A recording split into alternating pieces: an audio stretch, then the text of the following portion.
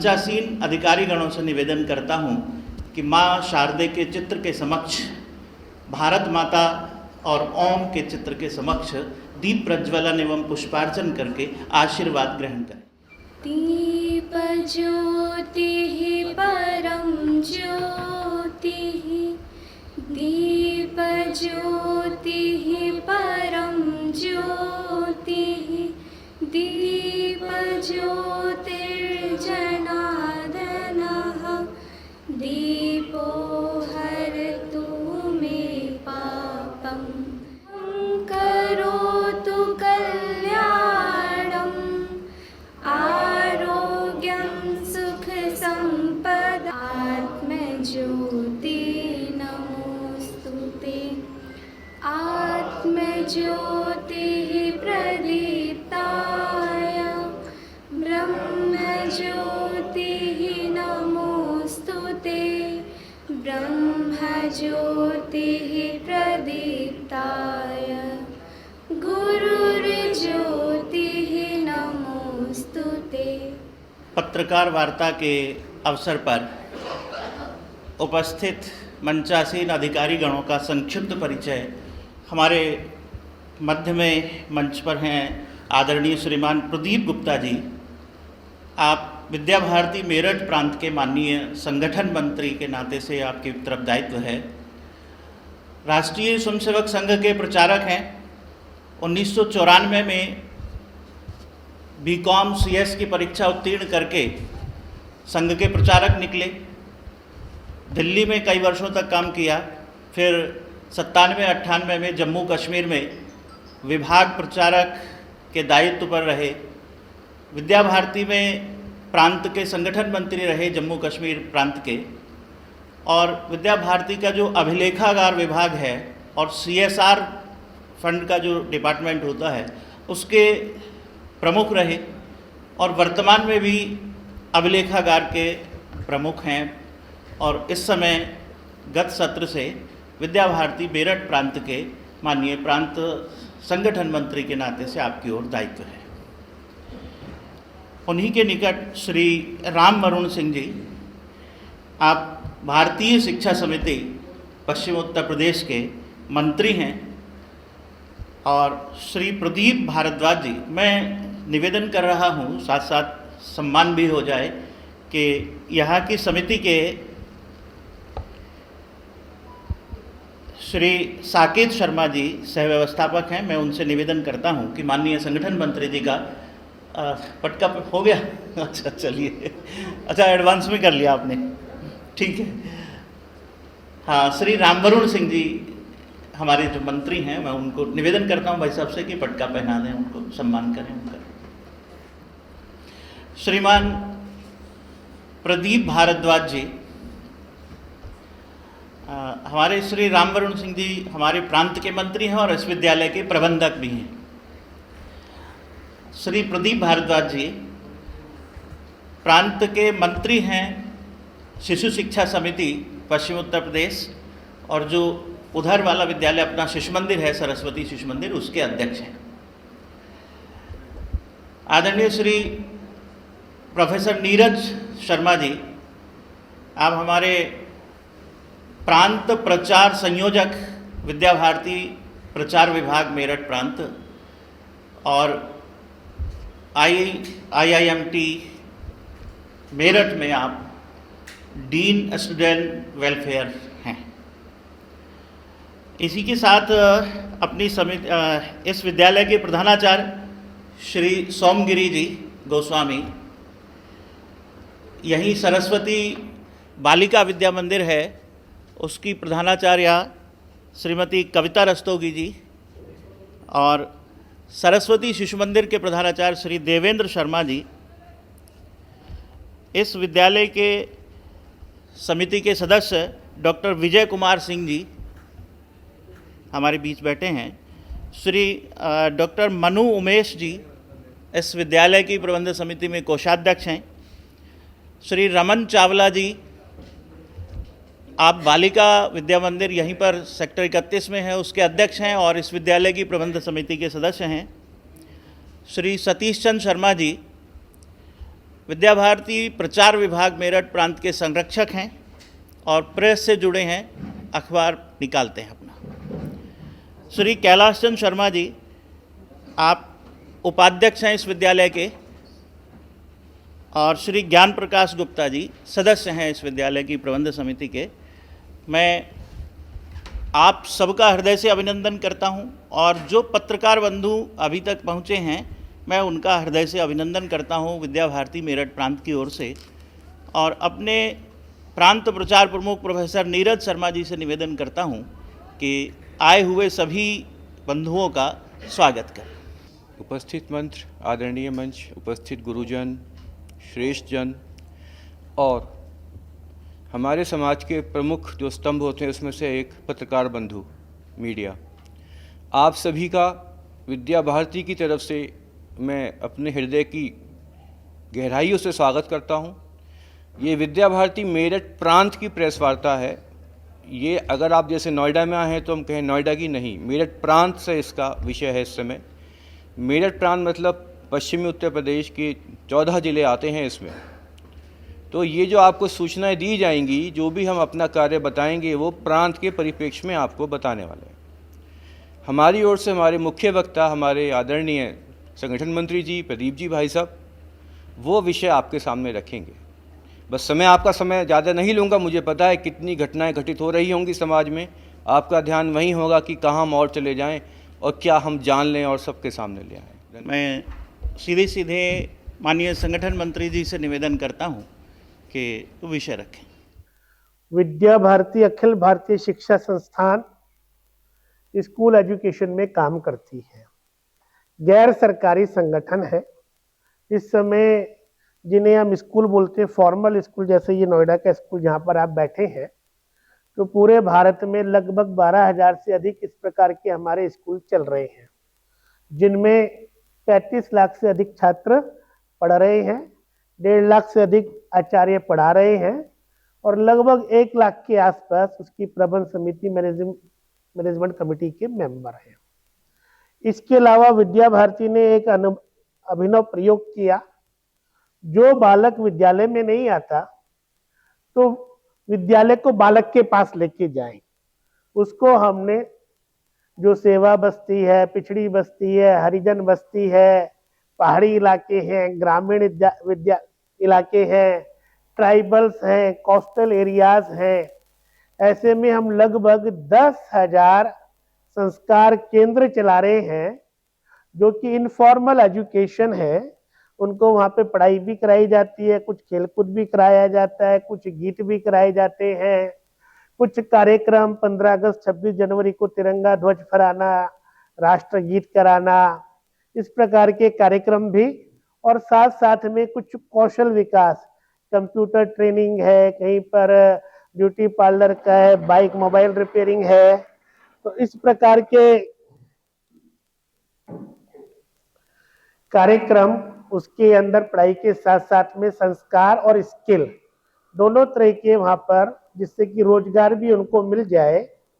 और शिक्षा के क्षेत्र में काम करने वाला दूसरा कोई संगठन इस प्रकार से कार्य अभी तक नहीं कर रहा है। ये केवल विद्या भारती ही पूरे भारत में कर रही है। अपना जहाँ नोएडा में आप बैठे, यहाँ की जो सेवा बस्ती, हरिजन बस्ती, पिछड़ी बस्ती है, वहाँ 6 इस प्रकार के केंद्र चलते हैं। मेरा आप सबसे निवेदन है कि आप एक बार उन केंद्रों का विजिट भी करें, और वहाँ पे क्या क्या होता है उसकी रिपोर्ट भी आप खुद बनाएं, तो ज्यादा अच्छा रहेगा। तो विद्या भारती केवल विश्व का सबसे बड़ा गैर सरकारी संगठन स्कूल एजुकेशन में तो है ही है, साथ में उसने बहुत तरह के नए प्रयोग भी किए, जो विद्या भारती ही कर रही है अभी, बाकी लोग उसमें अभी आगे बढ़ने हैं। तो जिसके अंदर पहला प्रयोग हम लोग ये कर रहे हैं कि श्रेष्ठ संतान को कैसे जन्म दे। तो समर्थ भारत केंद्र करके गांधी धाम गुजरात में उसका केंद्र स्थापित किया गया है, और वहां पे पूरे भारत के स्कूल के टीचर आते हैं, जिनको इस प्रकार का प्रशिक्षण दिया जाता है। उसके ऊपर किताबें भी तैयार की हैं। जो न्यूली मैरिड कपल है, नवदंपति प्रशिक्षण एक किताब ये तैयार की है। जो गर्भवती माता है उनके लिए गर्भवती माता प्रशिक्षण वो तैयार की है। ऐसा बालक जिसका जन्म हो गया तो 0 से 1 वर्ष के बालक का लालन पालन कैसे हो वो पुस्तक तैयार की है। 1 से 3 वर्ष का बालक और 3 से 5 वर्ष का बालक, तो ऐसा विद्या भारती ने एक अभिनव प्रयोग इस विषय में किया है जो अभी किसी भी एजुकेशनल इंस्टीट्यूशन ने, चाहे सरकारी है और गैर सरकारी है, इस दिशा में सोचा नहीं है।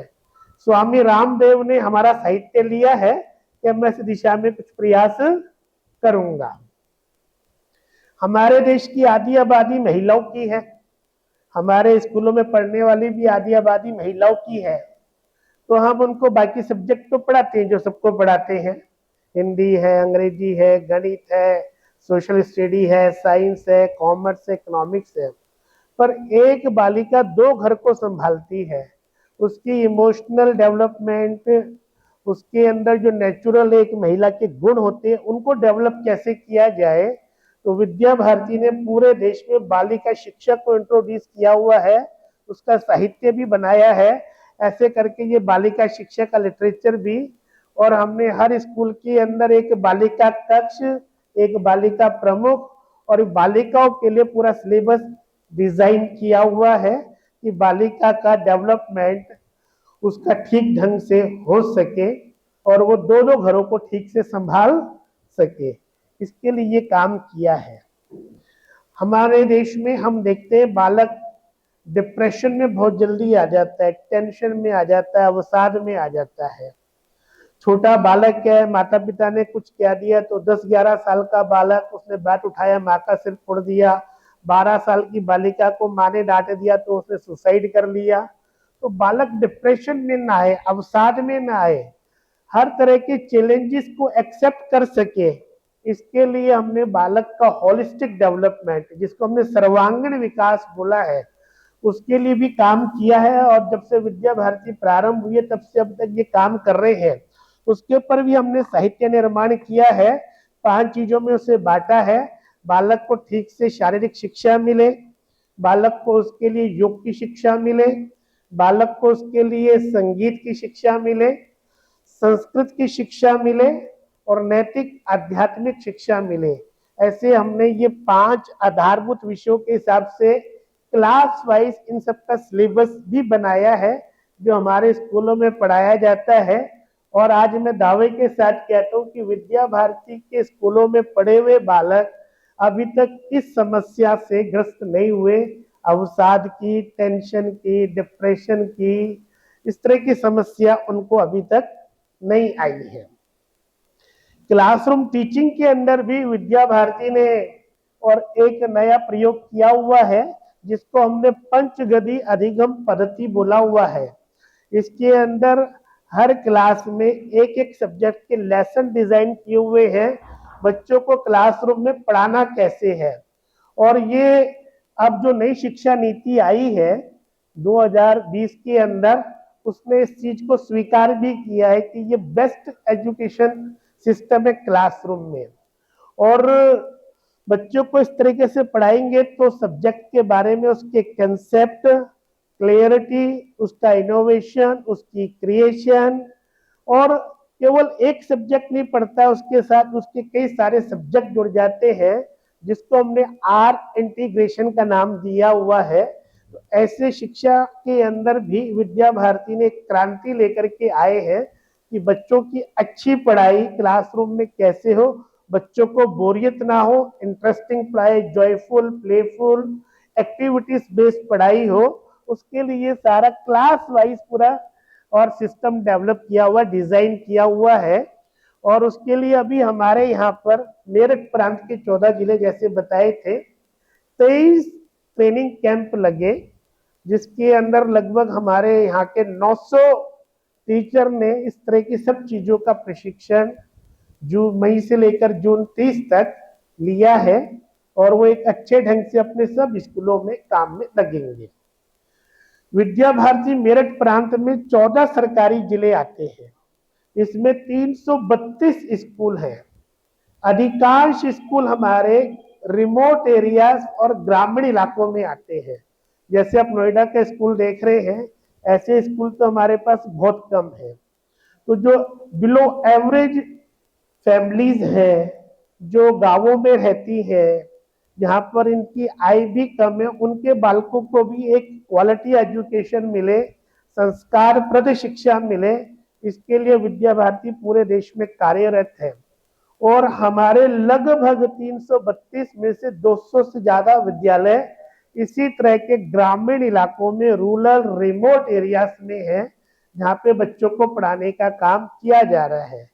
और वो ऐसे फैमिली से बिलोंग करते हैं जहाँ पे साधन ज्यादा नहीं है, स्कूल के अंदर पढ़ाई हो गई तो हो गई, कई बार घर में कोई काम आ गया तो स्कूल की छुट्टी करा देते हैं, खेतों में काम आ गया तो स्कूल की छुट्टी करा देते हैं, घर में 4 मेहमान ज्यादा आ गए तो लड़की की छुट्टी स्कूल से करा देते हैं, कोई घर में फंक्शन आ गया तो बच्चों की छुट्टी करा देते हैं।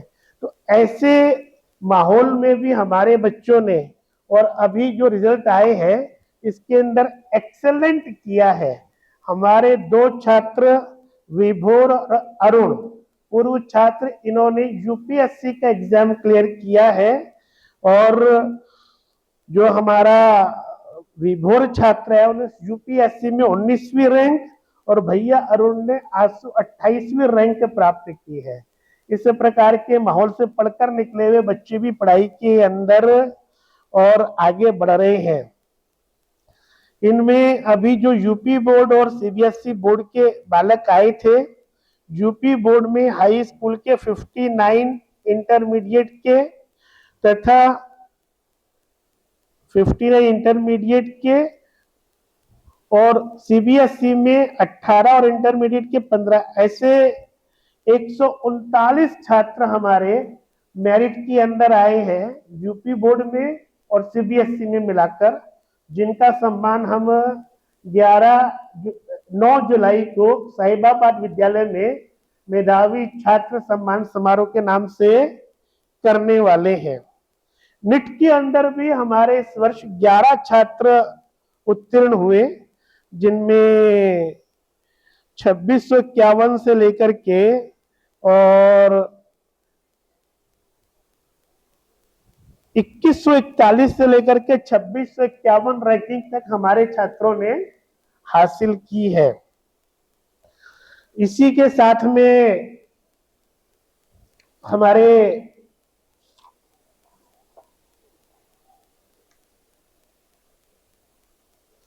सब विद्यालय, जो हमारे विद्यालय बने हैं, जब से विद्यालय प्रारंभ हुए तो उनका एक इतिहास लिखा जाए, हिस्ट्री लिखी जाए, तो एक आर्काइव्स अभी लेखागार विभाग हम लोगों ने तैयार किया है, किसके लोगों से और किन की प्रेरणा से कैसे कैसे विद्यालय डेवलप हुआ।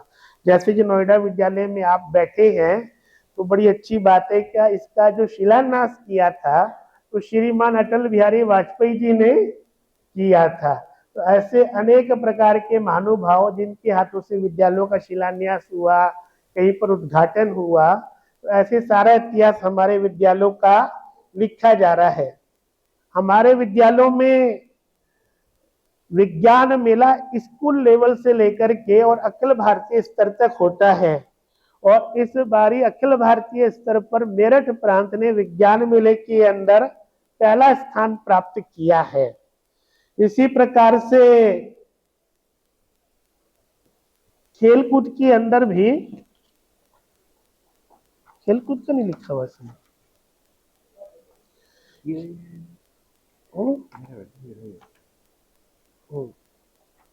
खेलकूद के अंदर भी हमारे विद्यालय ने स्कूल गेम्स ऑफ फेडरेशन में 6 गोल्ड मेडल हासिल की है हमारे मेरठ प्रांत ने।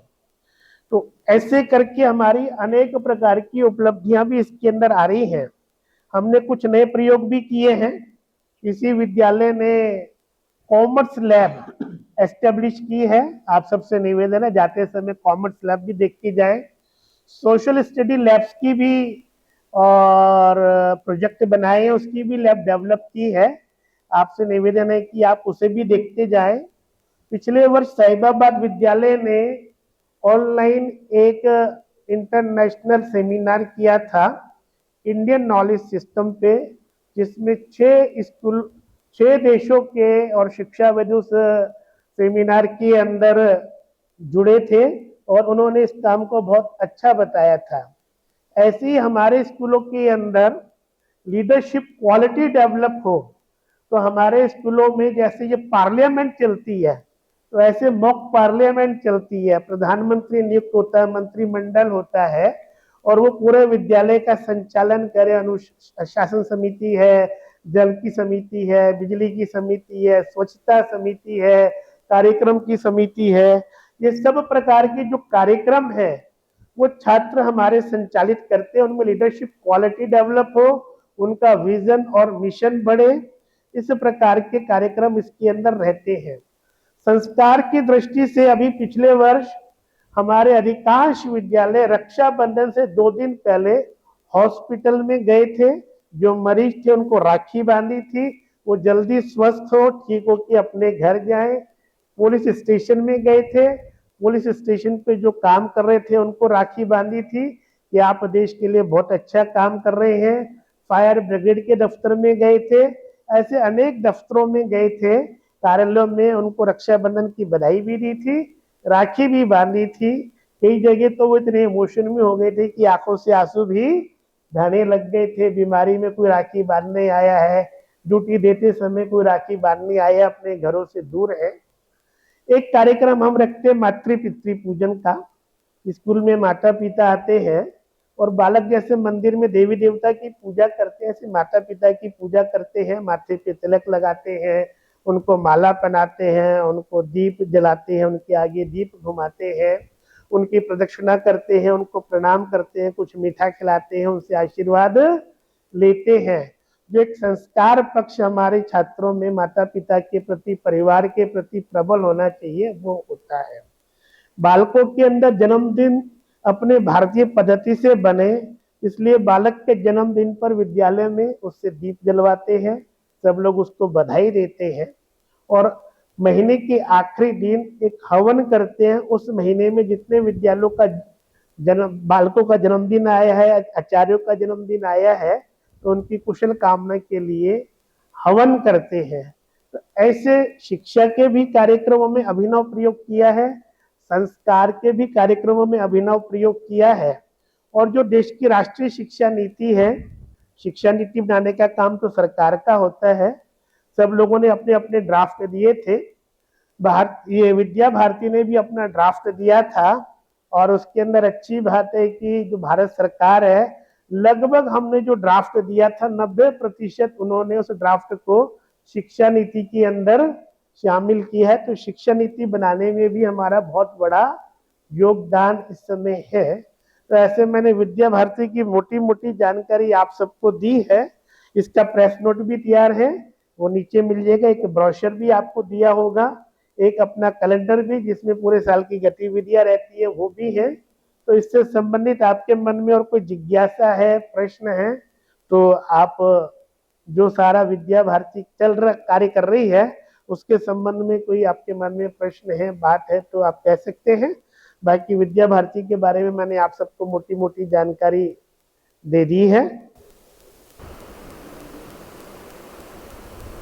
मेरा सवाल है और बहुत बड़ा सवाल है कि देश में 7,32,000 जहाँ बच्चों को संस्कार की शिक्षा दी जाती है, आत्मिक और अध्यात्म की शिक्षा दी जाती है। आजाद भारत के बाद स्थितियां विपरीत हो गई। अन्य सरकारों की बात हम नहीं करते हैं, इस वर्तमान सरकार की बात करते हैं जिनका दावा होता है कि हिंदुत्व के रास्ते पे हम चल रहे हैं।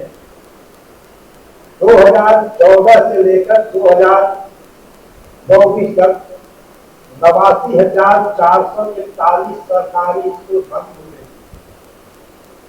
क्या रीजन है कि ये स्कूलों का जो स्थिति है, ये सारा बड़े बड़े ब्रांडों में सारा एक कन्वर्ट हो रहा है, या ग्रामीण परिक्षेत्र में जो छात्र शिक्षा ग्रहण करते थे उनको देश की एक अलग वैचारिक धारा में धकेलने की कोशिश है।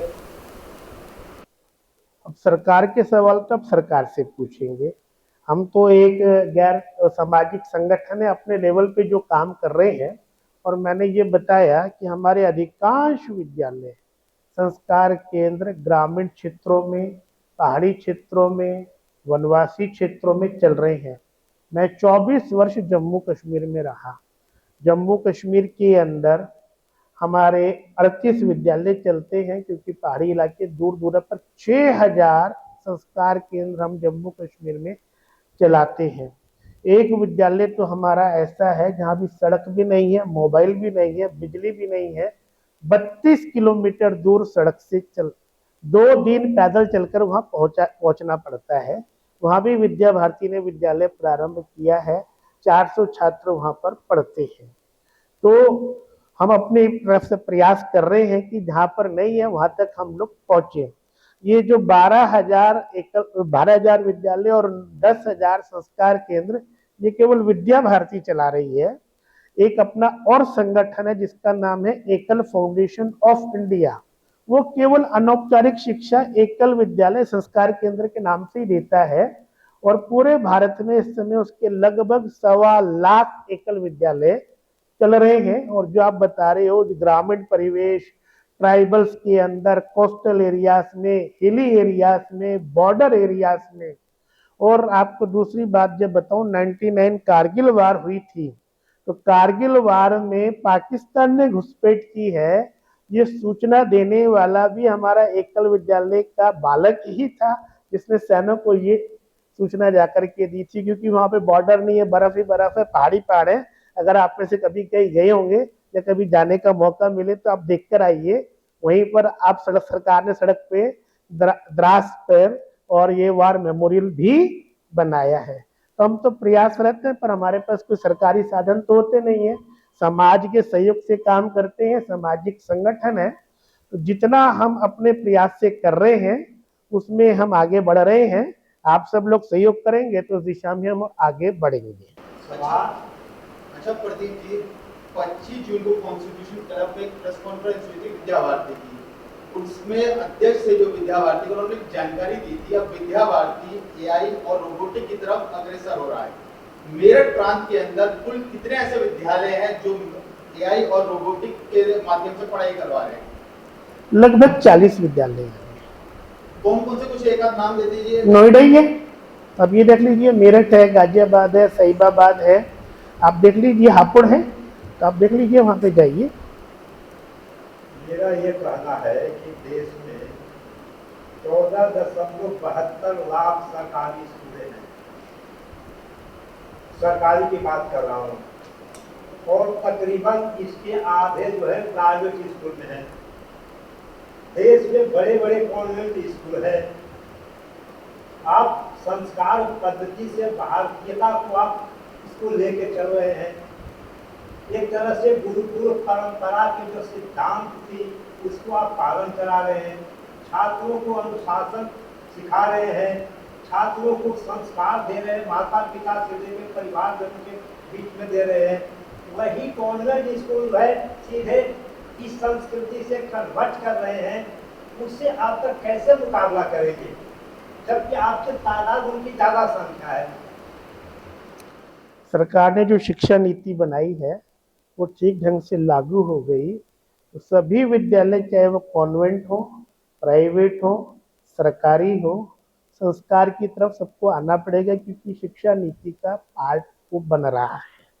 सरकार भी कोशिश कर रही है, हम जैसे सामाजिक संगठन भी कोशिश कर रहे हैं। आप सब लोग भी कोशिश कीजिए। आप पत्रकार हैं, पत्रकारिता अपने अखबारों के माध्यम से, टीवी चैनल के माध्यम से इस बात को हाईलाइट कीजिए और उसका बड़ा अच्छा परिणाम भी निकलता है।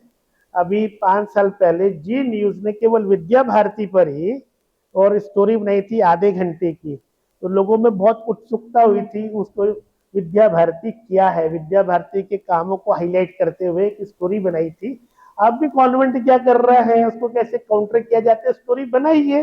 कुछ काम आप भी कीजिए, कुछ काम हम भी कर रहे हैं। मिलजुल कर काम करेंगे तो आगे बढ़ेंगे। देश तो हम सबका ही है, तो हम सब देश के लिए ही काम कर रहे हैं। हाँ जी, बताइए। एक सवाल है मेरा, आप शिक्षा में बेहतर काम कर रहे हैं और संस्कार भी दे रहे हैं बच्चों को, लेकिन आजकल जो बच्चे बीमार हो रहे हैं फास्ट फूड खाकर, उसके लिए क्या आप समय समय पर बच्चों को अवगत कराते हैं? ये हमने पूरा साइट का निर्माण किया हुआ है। अभिभावक प्रबोधन करते हैं बच्चों को कैसा भोजन कराना चाहिए, बच्चों के स्वास्थ्य का कैसा ध्यान रखना चाहिए, ये भी किया हुआ है। ये हमने योग और संगीत, ये शारीरिक शिक्षा, ये मैंने किताबें दिखाई थी ना, इसके अंदर भी पूरा सिलेबस डिजाइन किया हुआ है। और जो बच्चों के पेरेंट्स हैं उनको हम टाइम टू टाइम प्रबोधन भी करते हैं, अवेयरनेस प्रोग्राम भी देते हैं, उनकी वर्कशॉप भी लगाते हैं कि बच्चों को कैसे उनका काम चलना चाहिए। अधिकांश स्कूलों में फास्ट फूड की कैंटीन में बताइए। हाँ जी, अधिकांश स्कूलों में हाँ, मैं तो अपने स्कूलों की बात कर सकता हूँ, आप विद्या भारती के बारे में बात कीजिए, बाकी स्कूलों के विषय में आप अपने में देश में देते हैं। नहीं, हमारे किसी स्कूल में फास्ट फूड नहीं है।